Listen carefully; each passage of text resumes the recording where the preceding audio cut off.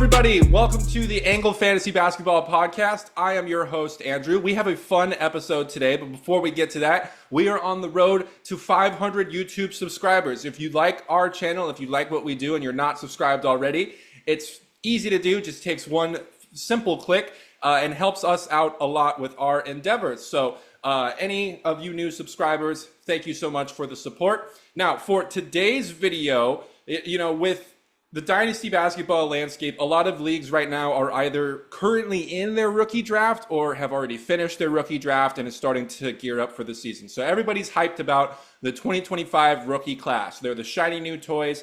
This is a phenomenon that happens every year in Dynasty. Once the new crop of guys comes in, everybody's obsessed with them. But in today's video, what Mitchell, my co-host, and I wanted to do is we wanted to cover the forgotten members of the 2024 NBA draft class. These are guys who should absolutely still be on your dynasty basketball radar, despite the fact that they either didn't play at all last year or barely played whatsoever. Before we get into that, let's bring in my co-host, Mitchell. How are you today, good sir? Yeah, thank you for inviting me to this podcast today, Andrew. Super excited. I know we have a tea time later today. New course that we're going to be experiencing. And in terms of this podcast, there are three players that you should definitely keep on your radar that we'll be covering very shortly today. Whether Andrew was saying they didn't play at all due to injury or they just didn't crack the rotation, but they're definitely players that are worth investing in moving forward and are potential buy low candidates that you should be targeting in your dynasty leagues. Exactly, especially when, like I explained earlier, a lot of people are obsessed with the new draft class. Let's say you have a pick, right outside the top 10, pick 12, pick 13, pick 14, and you think you might be able to change that into one of these guys who probably should have been drafted around this range in the 2025 draft class if they happen to be in it. So if there's, some boring options on the table for you in your 2025 rookie draft, well, maybe turn your attention to some of the really promising names in the 2024 rookie draft class as a bit of a buy low maneuver there. So let's go into our first player here that we are going to discuss. Two of the three players we're going to discuss missed all of last season to the point where they're actually eligible to participate in and win Rookie of the Year in the 2025 season. But the first guy we are going to discuss was not injured last year. He was more the victim of the circumstance of being drafted to an absolutely stacked team who did not need his services right away, but they could very well need his services this year. And that's going to be Reed Sheppard of the Houston Rockets. Mitchell, lead us in here. What does Reed Sheppard look like for us within our dynasty ranks? Yeah, so currently, Reed Sheppard is our 79th ranked player in our latest update that we just posted on our Patreon, by the way. So go ahead and check that out if you haven't already. But entering the 2024 draft cycle, we actually ranked Reed as the 45th player in our consensus angle ranks coming into last season. And to give a little bit of context, he was the number 3 pick in the 2024 draft class and was really largely seen as the best fantasy prospect of his class alongside Alex Sarr. So, a little bit of, revisionist history. If you were in your rookie dynasty drafts, you've seen Reed Sheppard, Andrew, you can confirm this, go 1.01, first overall in a lot of dynasty rookie drafts for 2024, in contention with Alex Sarr, largely because of his scorching hot summer league as a rookie when he absolutely torched the Los Angeles Lakers and Bronny James and Dalton Knecht. There's iconic highlight value there coming with Reed Sheppard. So as you may know, with all that hype and production and being one of the best statistical players that we've seen in college basketball, there surely would be a lot of hype, with Reed Sheppard. But, we also knew that his fantasy relevancy would take a little bit of time. With Houston approaching playoff contention, they were better than expected last year as the second seed, and he wasn't going to really play ahead of Fred VanVleet, and we knew that, right? What we didn't know was that Aaron Holiday was going to be a little bit more of a trustworthy option for a veteran team looking to make a playoff push for the Houston Rockets.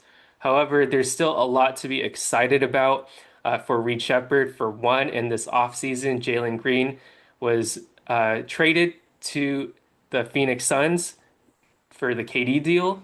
The Rockets kept Reed during that trade because they believe in his long-term fit in the organization. And the Rockets are a team in dire need of shooting. Rockets ranked in the bottom half of the league in three-pointers made, three-pointers attempted, and three-point percentage. And one thing we really love about Reed is his advanced stats and his defensive playmaking. As a point guard per 100 possessions, he averaged 2.5 steals, which ranked in the 82nd percentile, 1.2 blocks.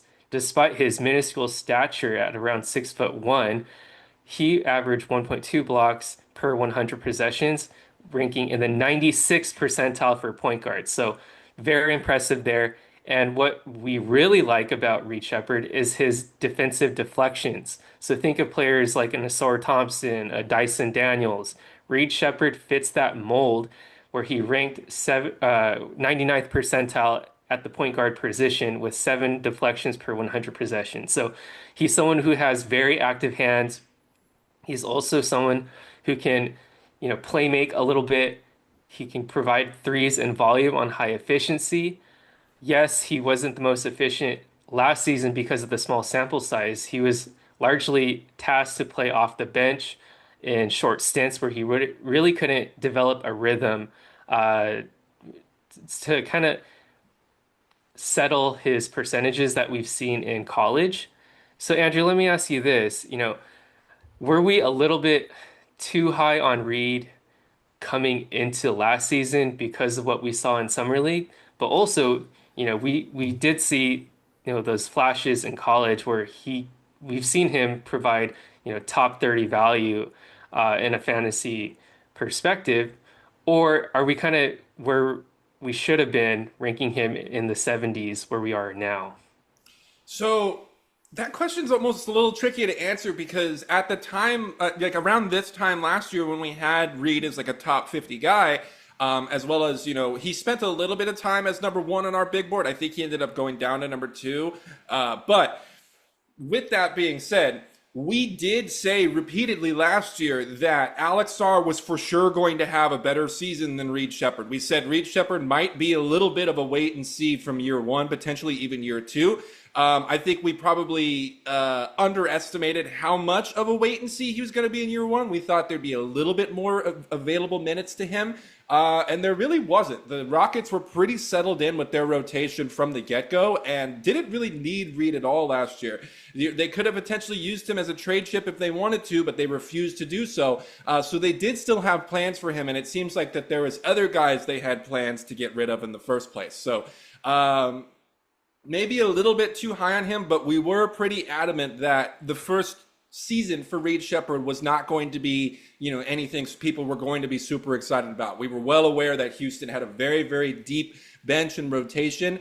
It was just, maybe a little bit off the mark with exactly how much he was not going to play in his first season in the NBA. But there is some other evidence that we really like to see of him for the opportunities he did get to play, because it's not like he spent his entire season in the G League. He was on the Houston bench through majority of the year. So he was at least going through full practice with the full team all throughout the year. I know there was about maybe 4 weeks that he missed with a fractured thumb.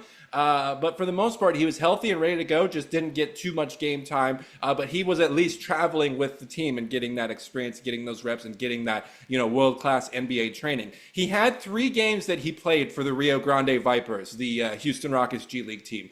30 points, 4 rebounds, 7 assists, 2.7 steals per game in those 3 appearances for Rio Grande. So pretty much already determined to be too good for the G League in the extremely short stint that he was having down there. He shot 47% from the field, 40% from 3. And then when it comes to NBA Summer League, because obviously we were ecstatic about his first Summer League, especially when he was averaging 2.8 steals per game. Just those monster steals per game numbers that he's able to produce is always such a fun thing about him and his stat set. But what we always want to see is returning players, sophomore year players who go back to Summer League, we have to see dominance from them. It's always a huge red flag if second or third year players are not clearly dominating in Summer League. He only got 2 appearances in the 2025-2026 Summer League, 23 points, 5 rebounds, 2.5 assists, a little bit lower than usual, 4 steals per game though, and 1.5 blocks. So obviously a defensive menace.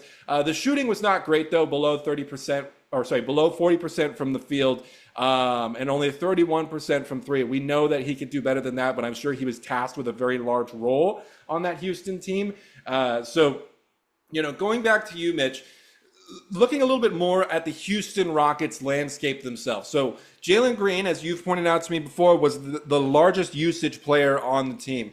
And we found it funny that, a lot of people maybe were taking a little bit of a hit to the stock of players like Alperen Şengün with the arrival of Kevin Durant. But it's like we have to remember that Jalen Green left with the highest usage rate on the team. And it's not like Dillon Brooks had a, very low usage rate either. Dillon Brooks is a bit of a shot chucker. He had a good amount of shots pumped through him. And so that's a second spot of usage and shot attempts that's up for grabs here in that Houston rotation. So we have 2 members of the backcourt gone in Brooks and Jalen Green. Obviously, we do expect a little bit of an elevated role for Amen Thompson, and then we have KD coming in to absorb some of the usage or at least a good chunk of the usage that's left vacated by the absences of both Jalen Green and Dillon Brooks. But Mitch, would you say that at least compared to last year, there's way more minutes up for grab in the Houston backcourt this year?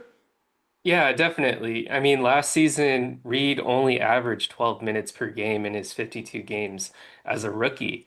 Basketball Monster projects him to play around 20 minutes per game this upcoming season. And I definitely believe that's a case of opportunity for Reed Sheppard because they need to see that return of investment by taking him and selecting him 3rd overall over, names like a Stephon Castle, who is another point guard that won Rookie of the Year, the same class. So Houston, whether it's to develop Reed as a part of their core or to pump out his trade value in another, push for the chips type of situation, similar to what they did for Kevin Durant, they're going to need to play Reed Sheppard because he provides not only a lot of what they need in 3-point shooting, but also potential value that could be churned for another star player next to Amen Thompson and Alperen Şengün, who is on a team-friendly deal. So they do have a nice 2-year window of flexibility that they can use to build out this roster.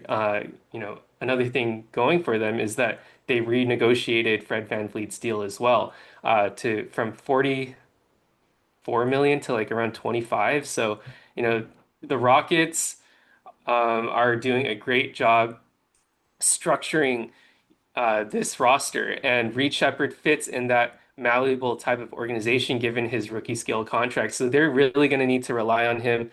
I expect him to at least take over that role of Aaron Holiday as the backup point guard.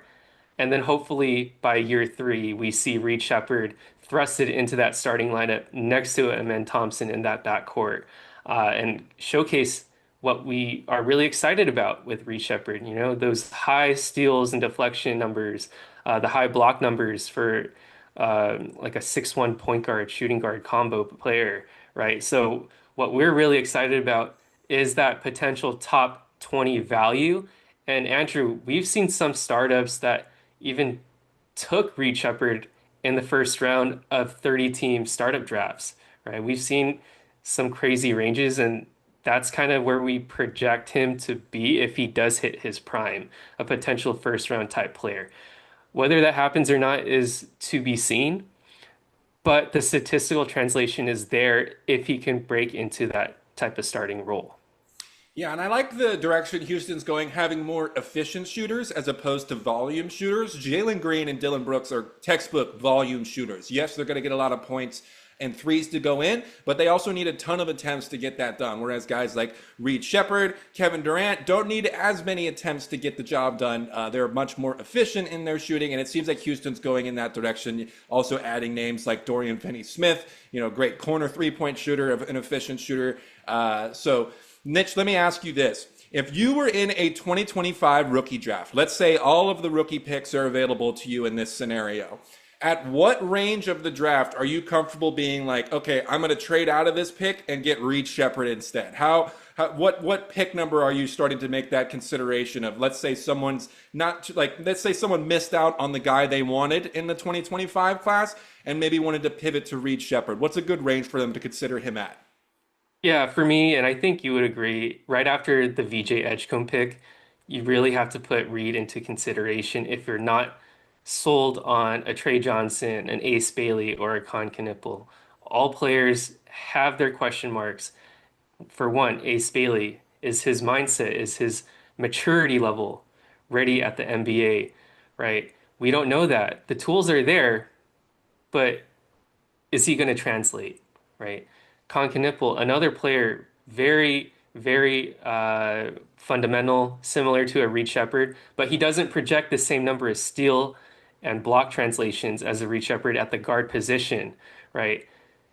Yes, he may be a little bit bigger, but Reed Sheppard provides that analytical translation that you like in terms of what a fantasy stat set is a little bit more. Trey Johnson, he's more of a microwave scorer. Yes, there is some hidden potential there, but with Reed Sheppard, you kind of know what you're getting. We've seen it in flashes. It's just the opportunity just isn't there because Houston is looking to make a championship push. Um, there is a consideration over a VJ Edgecombe, but even then, that may be a little too rich for my liking because VJ is that modern archetype of a two-way shooting guard that is tenacious on defense. He provides the same level of stocks that Reed Sheppard is, but he's a little bit bigger and he's a little bit more translatable on a physique standpoint. So I think starting at four is where you can really consider Reed. But if you can get him past that the 4 to 6 range after Ace, Trey, and Con, I like it even more. You know, if you could trade him for that pick 7 instead of like a Yegor Demon or a Kaman Malawach, give me Reed Sheppard all day.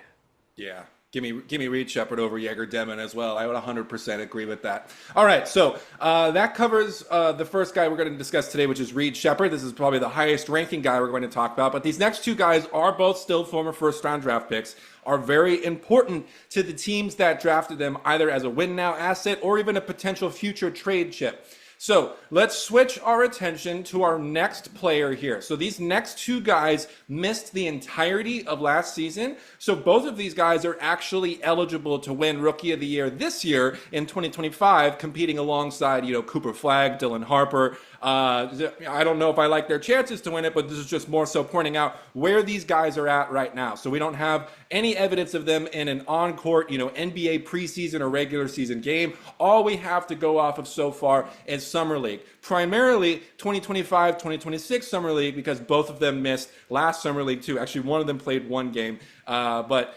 going back to it here, our next player to focus on is Nikola Topic, guard from the Oklahoma City Thunder. Mitch, lead us in. Where is he at right now at our dynasty ranks?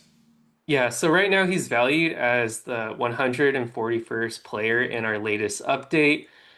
Coming into last season, we knew he was injured and he was probably going to be out for the entirety of 2024, 2025, and we valued him as the 149th ranked player in our first update when we introduced rookies of the 2024 draft class. So now that he's healthy, he gets a little bit of a bump.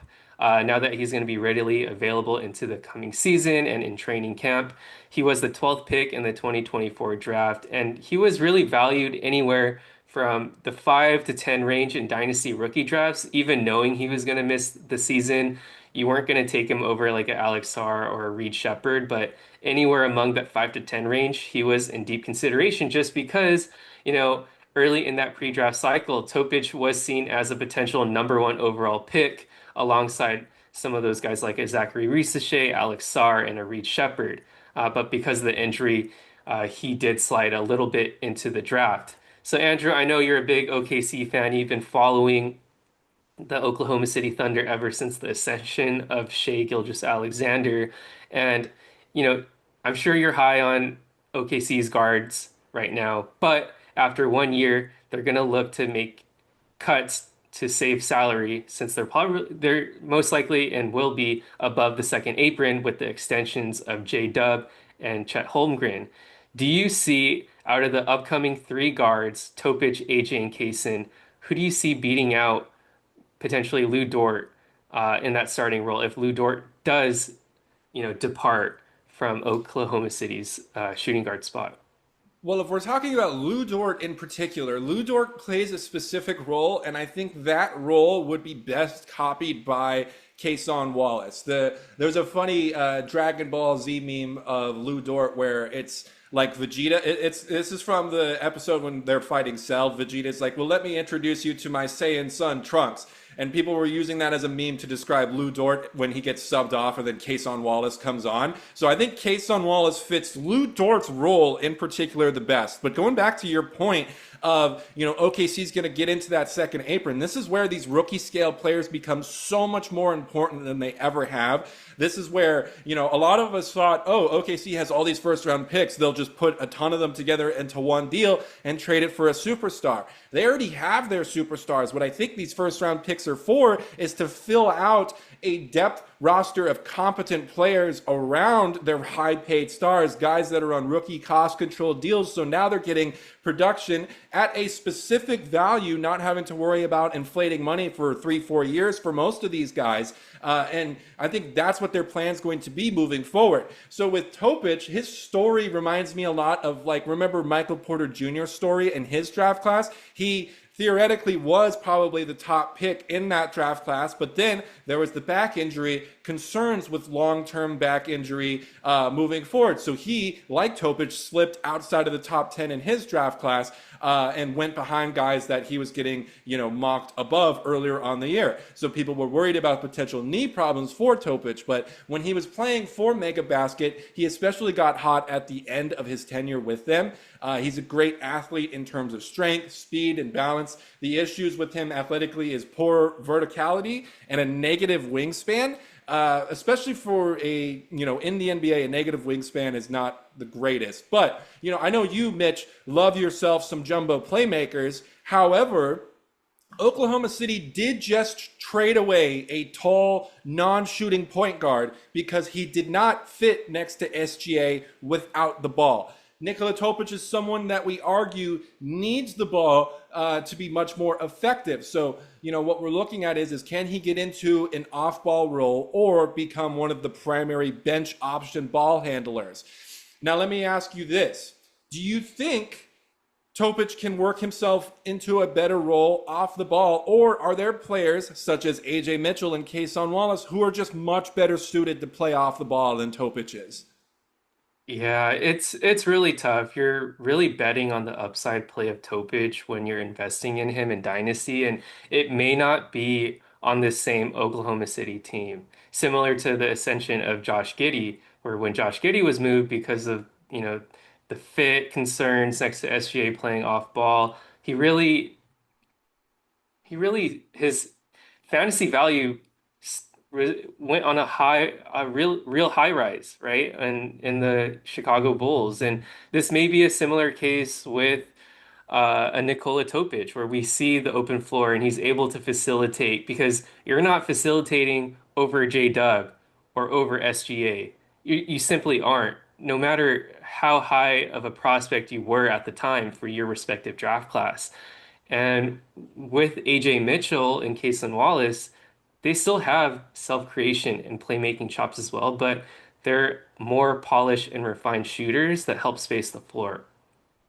I certainly don't think Topic is necessarily going to thrive because of the other options that they have on similar contracts with the AJ, with the Kaysen.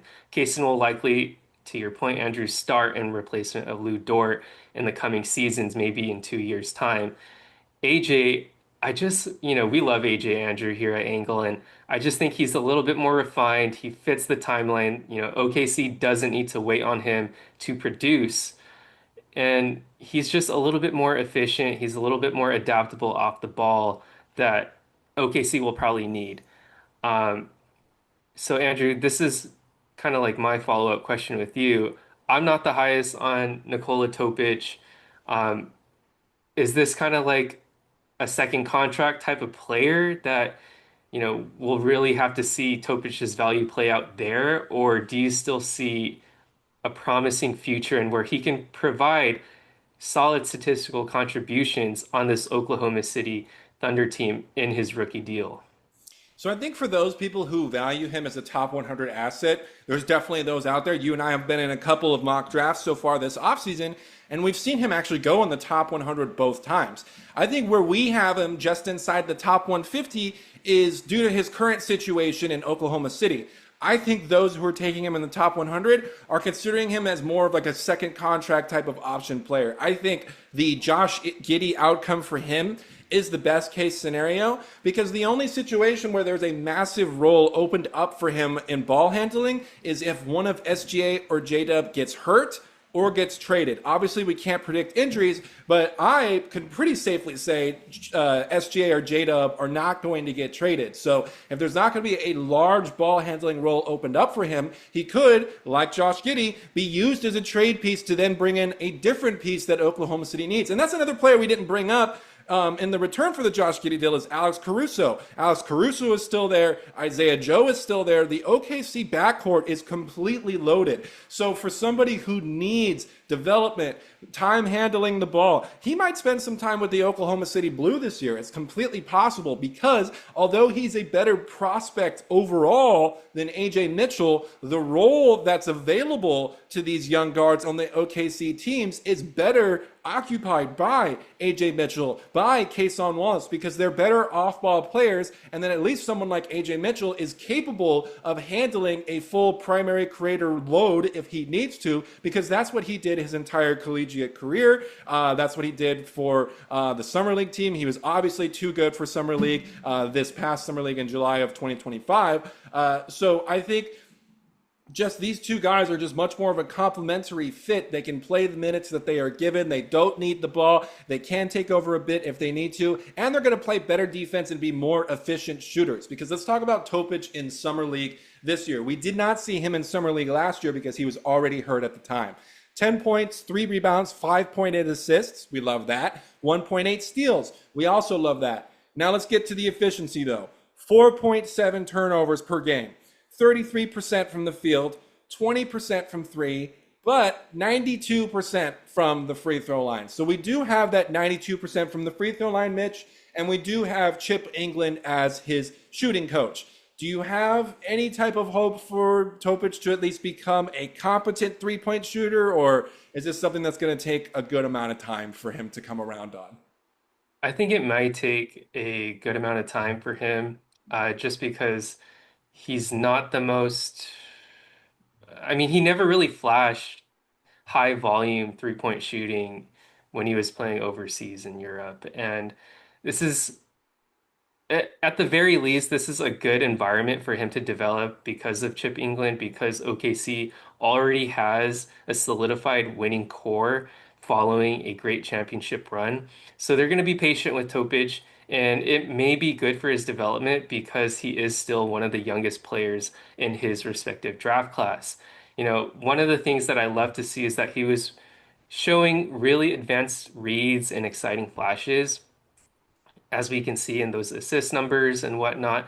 And those assist numbers may even jump playing next to better competition. The Oklahoma City Summer League team was not the best besides AJ Mitchell and Topic. They're pretty solidified in their roster spots. So a lot of those guys weren't even two-way type players on their Summer League roster. So Topic was and Mitchell were carrying a lot of the load there in Summer League. So when playing with better teammates, those assist numbers should translate a little bit better. Um, but everything else in his fantasy game just isn't there yet. Um, I'm really not the highest on Topic, Andrew. I may not be the best person here to kind of pump his value and sell you on him as a prospect. But I think there's still a lot to like because assists are one of the more scarce statistical categories that you like to target, especially in the upper ends of the rookie drafts, right? A lot of the point guards go very early, more so in the top 10 if they can provide the primary initiator value that we like. Um, there's just too much. deficiencies for my liking here with Topic. I feel that, and I mean, if you want to find someone who's very high on Nikola Topic, look no further than Mark C, our friend over at Sports Ethos. If you want to talk about someone of, hey, why is Nikola Topic a top 100 player? That's your guy to go to. I mean, I get it ceiling wise that yes, he could be a top 100 asset. I just think our assessment of him likely being more of a second contract player is probably the most accurate as of right now, just because we don't see where that role that he needs is going to come from with the Oklahoma City Thunder. He eventually needs that Josh Giddey trade. He needs to go somewhere that doesn't really have guys that do what he does, where he can take over and have a bigger role, and the overall theoretical ceiling of what he can provide right now will come to fruition potentially with a different team, just because I don't see OKC trading SGA or J-Dub. Even if they get rid of, let's say, a Caruso or a Lou Dort, there's some of these better off-ball guards that I think fit into those type of defensive menace roles, guys who don't need the ball a ton and guys who could be efficient shooters. There's other guys on the OKC team that fit that role a bit better than Topic. So what we're really looking at here is if there's an injury and he needs to take over big playmaking responsibilities, or if he somehow does really mold himself into an off-ball role. But that is yet to be seen if he's able to do that. So he's still raw. He's still very young. There's some things to tweak out in his game. And even if, we get to the point where he is traded to another team, he's still only going to be like 23, 24 years old at the time when that happens. So he'll still be very young. Plenty of road ahead of him, especially from a dynasty perspective. Well, So Andrew, that, I will say though, the buy low window is a lot wider for Topic than it is a Reed Sheppard. For Reed Sheppard, we're probably going to see him in some pretty decent rotation minutes, around 20 a game. With Topic, I think this is a great buy low opportunity if you can trade him for someone like maybe an Andrew Wiggins or an Aaron Gordon to a fantasy manager that's a little bit impatient and wants to make a playoff push, because Topic isn't going to get that extended run like a Reed Sheppard. He's going to have that buy low opportunity well into the second season of his career. And if you can move some of those a little bit more established vets or even vets in their 30s, like maybe a Drew Holiday, Topic is still a great target, don't get me wrong. Very good. Very good. All right. So that covers it on Topic. Let's move on to our final player that we wanted to talk about here. This is another guy who missed the entirety of the NBA season and is technically eligible to win the 2025 Rookie of the Year. That's DaRon Holmes. He is a front court player, either a forward or a center for the Denver Nuggets. He was drafted out of Dayton in the first round last year. Mitch, lead us in. Where is Holmes right now in our dynasty ranks? Right. So right now he's valued at the 244th ranked player in our latest update. Coming into last season as a rookie, he was valued at the 208th ranked player, largely because of his ability to put up defensive stats, namely blocks. He was a big blocks guy. We loved his role coming into the draft with the Nuggets since they had a poor front court with Dario Saric and Zeke Naji. However, Andrew, usually when they're coming healthy into the season, we like to bump them up a bit, similar to like Nikola Topic, right? But in this case, Denver brought in Jonas Valanciunas, someone who is a little bit more reliable and can play extended run compared to a Zeke Naji or a Dario Saric. Am I wrong on putting Holmes outside of the top 250? I know you're the highest on him. Can you sell me a little bit more on Holmes as a dynasty prospect here? So I think another reason for the caution is because his injury was a torn Achilles. So, we need to see a full bounce back from that. But so far in Summer League, he looks great. And for people who have, let's say, your Jason Tatums and your Tyrese Halliburtons, and you're worried about the long-term injury recovery from an Achilles tear, well, look at DaRon Holmes as an example of how far technology and medical science has come with repairing an Achilles tear. He is back on the floor and playing again. He was actually back on the floor towards the end of last year, at least in terms of practice. So with Holmes, I think there's a couple of good reasons to be hesitant. Number one is because it was a torn Achilles, and number two, because The front court situation for Denver this year is a lot different than last year. Last year, I was super, super high on DaRon Holmes because I thought he was going to be brought in as a direct backup to Aaron Gordon. And, and I think the Nuggets really fully leaned in on that being their plan as well, because they traded into the draft to get him. He was not their original first round pick. They traded into that pick. I think it was pick 22 just to get Holmes. So I think he was tabbed as their primary backup to Aaron Gordon and maybe even the center spot with Jokic as well. But once he got hurt, the Nuggets were kind of left to flounder and had to play a little bit too much of Zeke Naji and Dario Saric. Now both those guys are gone. I think Naji's gone. Saric is for sure gone. But they brought in not only Jonas Valanciunas, they also brought in Cam Johnson, who can play the power forward position as well. Good point. The other bring-ins was Bruce Brown and Tim Hardaway Jr. I don't expect Brown and Hardaway to affect this situation that much, but it's more so Jonas and Cam Johnson that does affect this situation a little bit. But let's talk about where Holmes is at right now. So at the time the Nuggets played or traded for him, he was one of the best players in college basketball his final year at Dayton. He was an absolute beast.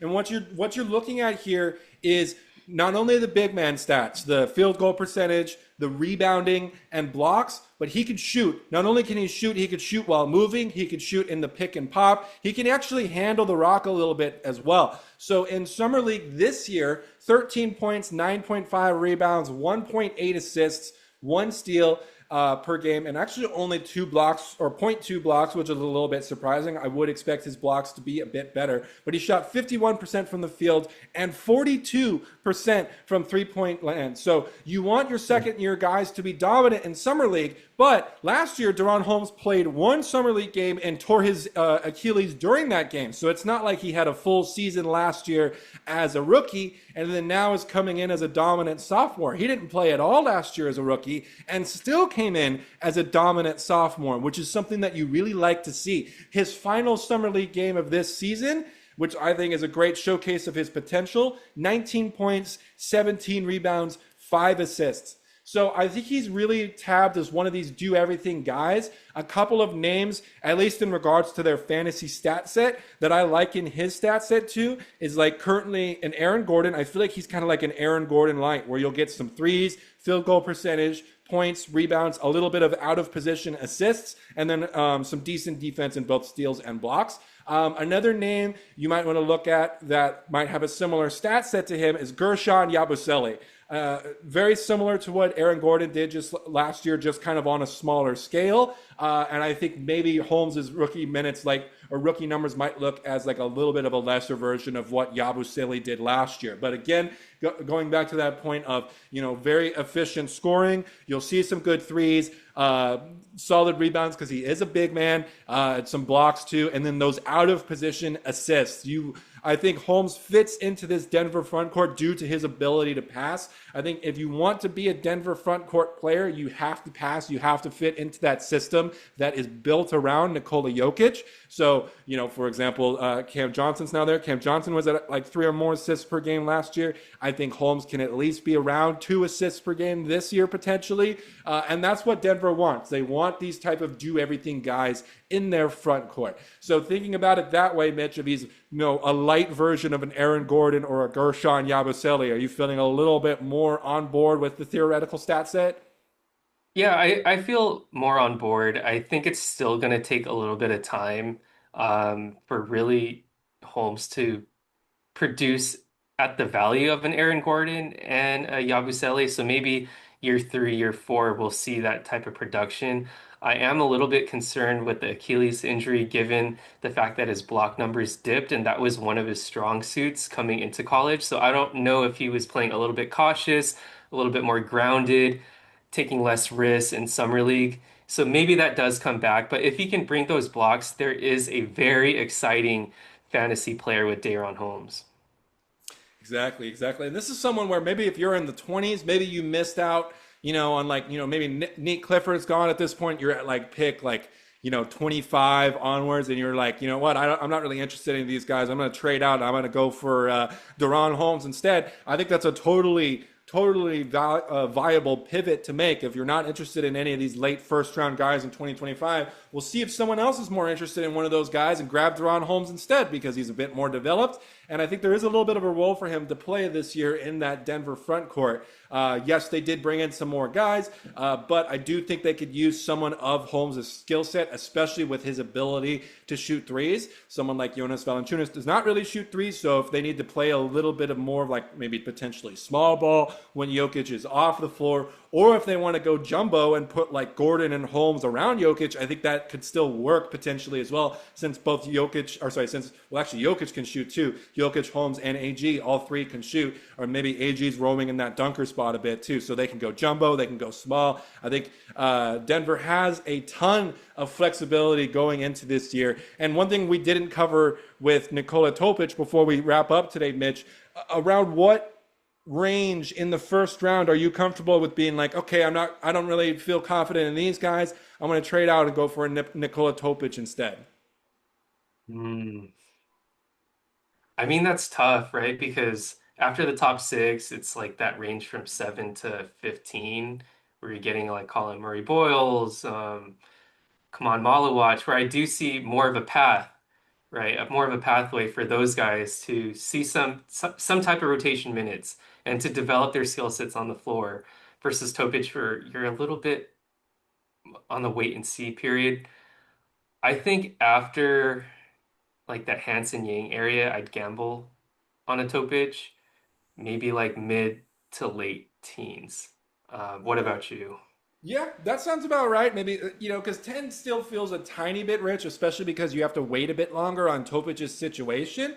But, he could be flipped for more, which I think is what OKC's plan is going to be with him in particular anyways. So there you have it. So Reed Sheppard, you could target him probably around after VJ Edgecombe goes in the top 3. Topic, you can target around maybe after the top 10. After you get past, I would say, Colin Murray Boyles. I think I'd still maybe prefer Murray Boyles at this point.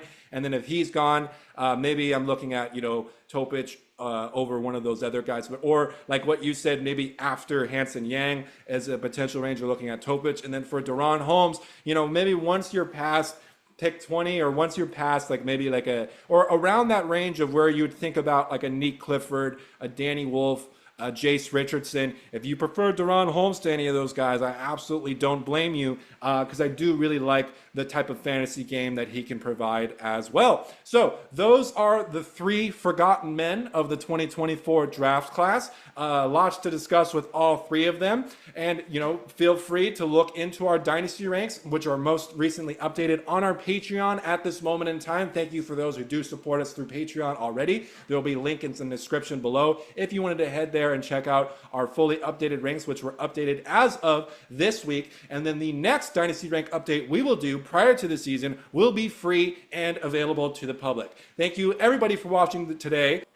Make sure to subscribe to the channel if you're not subscribed already, and we'll see you guys next time.